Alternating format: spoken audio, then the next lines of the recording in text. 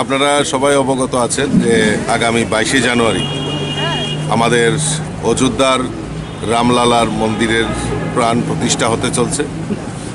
তো এই রামলালা মন্দির আমাদের সনাতন ধর্মের যে প্রাণপ্রিয় পুরুষ রাম, ওনার স্বমহিমায় উনি অযোধ্যায় ফিরছেন। তো সেই উপলক্ষে আমাদের ভারতবর্ষের যশস্বী প্রধানমন্ত্রী উনি আহ্বান করেছিলেন যে মকর সংক্রান্তির দিন থেকে অর্থাৎ 14 জানুয়ারি থেকে 22 জানুয়ারি পর্যন্ত আমাদের তীর্থক্ষেত্রগুলিতে স্বচ্ছতা অভিযানের উনি আহ্বান করেছিলেন সারা ভারতবাসীর কাছে।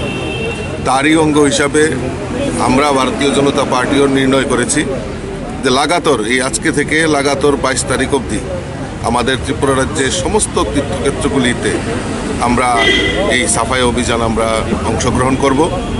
তো তারই অঙ্গ হিসাবে আজকে আমরা রামকৃষ্ণ মিশন ধলেশ্বর সেখানে আজকে এই সাফাই অভিযান আমরা নয় বনমালীপুর থেকে শুরুয়াত করেছি।